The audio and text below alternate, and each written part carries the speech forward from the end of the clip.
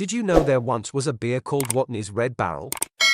This brew is so iconic that it defined an entire generation of pub nights in Britain before vanishing from the taps like a forgotten friend. In this video, I'll show you not only 5 classic beers from the UK but also give you a few extra mentions, stories, and memories that turned these beers into cultural icons. They were not only cult favourites, but today they are real rarities. What their disappearance tells us about our changing tastes, our lost breweries, and the very fabric of our drinking culture is nothing short of fascinating. If you remember sipping these at the local after a long week, or cracking one open with mates during a big match, then hit the like button, subscribe, and let's take a trip back through time together, slowly and in detail, remembering not just the drinks, but the era they belonged to. Let's start with Watney's Red Barrel. There was a time when you couldn't walk into a pub without seeing a bright red pump proudly pouring Red Barrel. Brewed by Watney, Coombe and Reed in London, this beer became the poster child of British keg beer in the 1960s and 70s. It wasn't just a drink, it was a cultural marker. It was a sign that beer was going modern, stepping away from the old cask traditions and embracing something consistent, reliable, and mass-produced. First introduced in the 1930s, Red Barrel really took off after World War II. Britain was rebuilding, factories were buzzing again, and ordinary workers were looking for affordable and reliable comforts. Red Barrel was one of the first British beers to be pasteurised and kegged, allowing it to travel further and stay fresher longer. That meant it could be served in working men's clubs, seaside resorts, and even at dance halls without the fuss of cellarmen tending to temperamental casks. In doing so, it became one of the first national beer brands, something few others achieved in that era. The taste was malty, slightly sweet, with a smooth, almost flat mouthfeel. It was designed for consistency rather than character. Mild, inoffensive, and easy drinking, it became the pint for the working man after a shift, or for couples out enjoying a dance hall evening under neon lights. You could sip it comfortably without worrying about surprises. Its Red Barrel logo was instantly recognizable, and the cheeky adverts made it feel fun and approachable. Whether you were in Manchester or Margate, chances are someone you knew was drinking a pint of Red Barrel: your dad, your uncle, maybe even yourself. It became part of Britain's new industrial identity: sleek, uniform, dependable. Smoky pubs, vinyl booths, jukeboxes in the corner, laughter echoing under fluorescent lights. Red Barrel was never the fanciest pint, but it was reliable and it was everywhere. But as time passed, the very things that made Red Barrel successful eventually became its downfall. Keg beer faced backlash from traditionalists who accused it of being bland, characterless, and a threat to real ale. In 1971, CAMRA, the Campaign for Real Ale, was formed specifically to push back against beers like Red Barrel. Drinkers began to crave craftsmanship, variety, and authenticity, not mass-produced convenience. By the late 1970s, Red Barrel was being phased out, replaced by Watney's Special, a reformulated version that tried to win back public favor. It never quite did. Eventually, it disappeared from pubs altogether, remembered only by those who lived through its heyday. And yet, for many, the sight of that Red Barrel still brings back memories of youth, of smoky clubs, of conversations with friends after long shifts. It wasn't designed to challenge you, it was designed to comfort you. And in that, it succeeded brilliantly. Now let's move to Double Diamond Whitbread Pale Ale. If you were watching telly in the 60s or 70s, chances are you heard its unforgettable jingle: "A Double Diamond works wonders."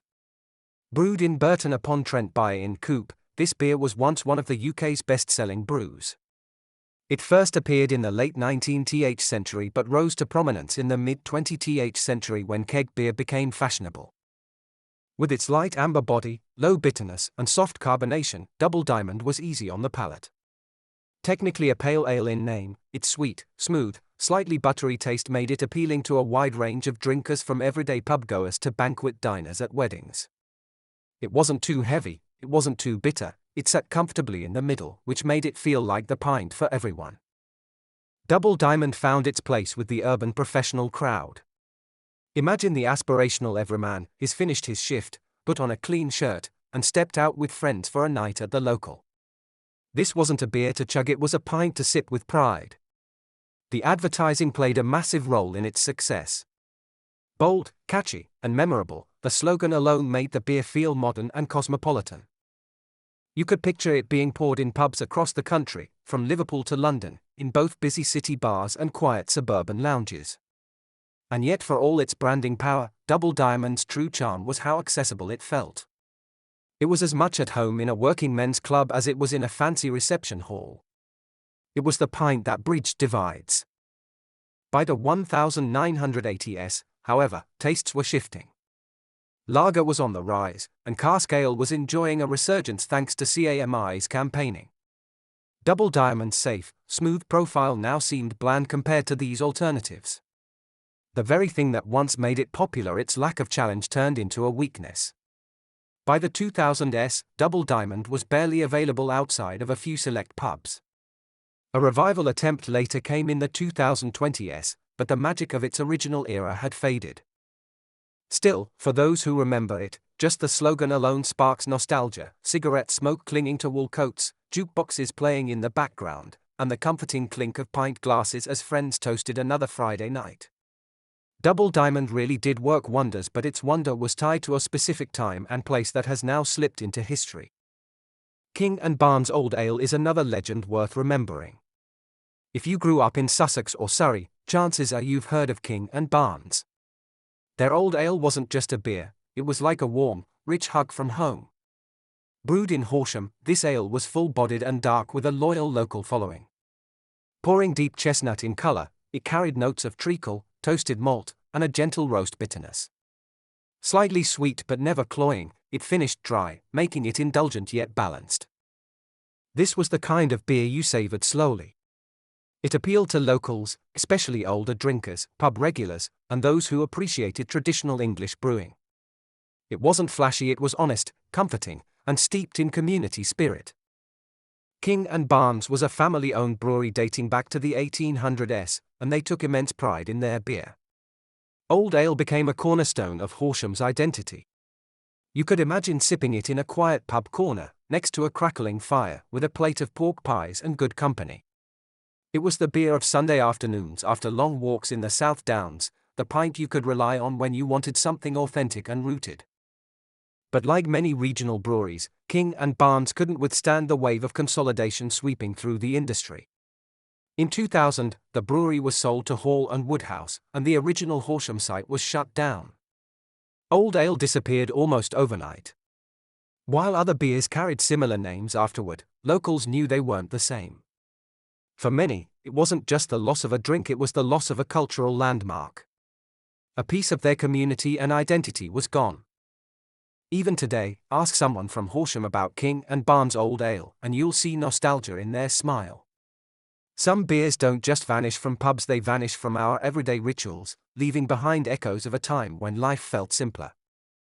Stone's Bitter carried a very different story, tied closely to Sheffield and the working-class North.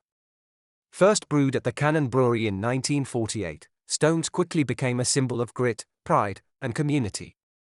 Rising to national fame in the 70s and 80s, it was a beer for miners, metal workers, and everyday blokes who had earned their pint. Golden in color, clean, slightly dry, with a subtle malty backbone and a gentle hop finish, it was satisfying without being overwhelming. Stone's was made to be drunk in rounds, pint after pint, while laughter flowed and darts flew. This wasn't about showing off, it was about belonging. It was the pint your dad drank, the one poured in every bar across South Yorkshire. It found its way into working men's clubs, sports halls, and local pubs, standing as a humble reward at the end of a hard day's work. At its peak in the 1980s, Stone's was one of the top-selling bitters in the UK, thanks to its acquisition by Base. But as it expanded nationally, it began to lose touch with its Sheffield roots. Production moved, ownership changed, and the taste shifted. Locals noticed. By the 2000s, the decline was clear. The Cannon Brewery closed in 1999, and though the brand lingered on in cans, the soul of Stone's was gone. By 2011, the original cask version was discontinued altogether. What remains today is a pale imitation, a faint shadow of the beer that once embodied Sheffield pride.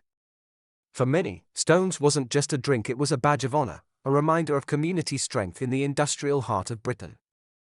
Whitbread Pale Ale takes us in another direction. For generations, it was the quiet pint that showed up when you needed it most. Not flashy, not heavy, but dependable.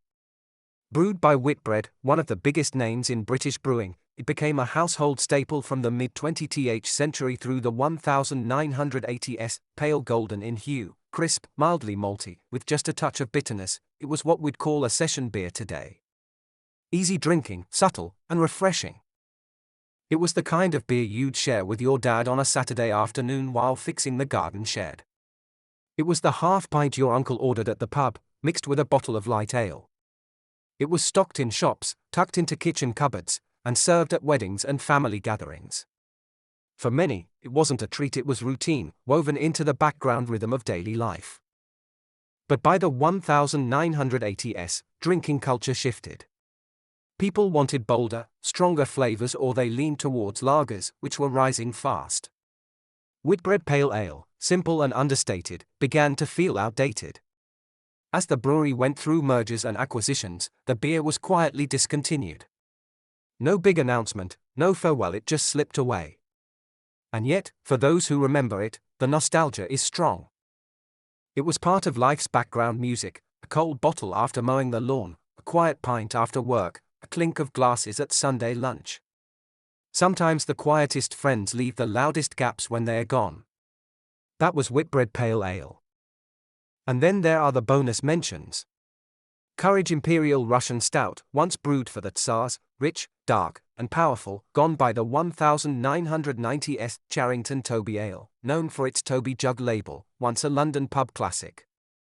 Younger's No. 3, a strong Scottish ale, robust but quietly retired.